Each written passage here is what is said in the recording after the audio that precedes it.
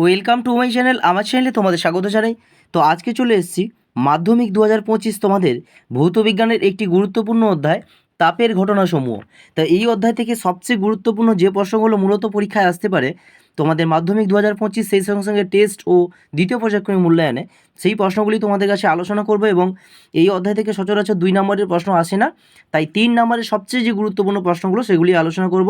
এবং তার সঙ্গে সঙ্গে বলে রাখি, যারা গণিতে দুর্বল, অর্থাৎ ভৌতবিজ্ঞানের যে গণিতগুলো আছে, তো গণিত বাদে সাজেশনটা যেটা রেডি করেছি, এটা করলে এখান থেকে যদি প্রশ্ন আসে 3 নম্বরের, অবশ্যই কমন পাবে। তো দেখা যাক এই অধ্যায় থেকে সবচেয়ে গুরুত্বপূর্ণ যে প্রশ্নগুলো মূলত পরীক্ষায় আসতে পারে। প্রথম প্রশ্ন, কঠিন পদার্থের 3 প্রকার প্রসারণ গুণাঙ্কের সংজ্ঞা দাও, এদের একক উল্লেখ করো।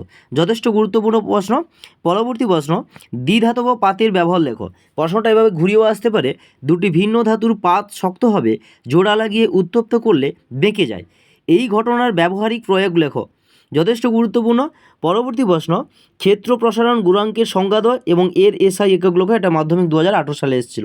পরবর্তী গুরুত্বপূর্ণ প্রশ্ন, তরলের ক্ষেত্রে আপাত ও প্রকৃত 2 প্রকার প্রসারণ দেখা যায় কেন?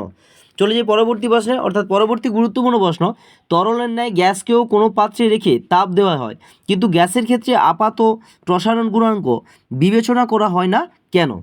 চলে যাই পরবর্তী প্রশ্নে। পরবর্তী গুরুত্বপূর্ণ প্রশ্ন, স্থির চাপে গ্যাসের আয়তন প্রসারণ গুণাঙ্ক কাকে বলে এবং তাপ পরিবহন ও তড়িৎ পরিবহনের মধ্যে দুটি সাদৃশ্য লেখা, যেটা মাধ্যমিক 2017 সালে এসেছিল। পরবর্তী প্রশ্ন, তাপ পরিবাহিতা বা তাপ পরিবাহিতাঙ্ক কাকে বলে? এটা কিন্তু মাধ্যমিক 2018 এবং 2017 সালে এসেছিল। চলে যাই পরবর্তী প্রশ্নে, কঠিন পদার্থের মধ্যে দিয়ে তাপের পরিবহন কোন 3টি বিষয়ের ওপর নির্ভর করে? এটা মাধ্যমিক 2020 সালে এসেছিল।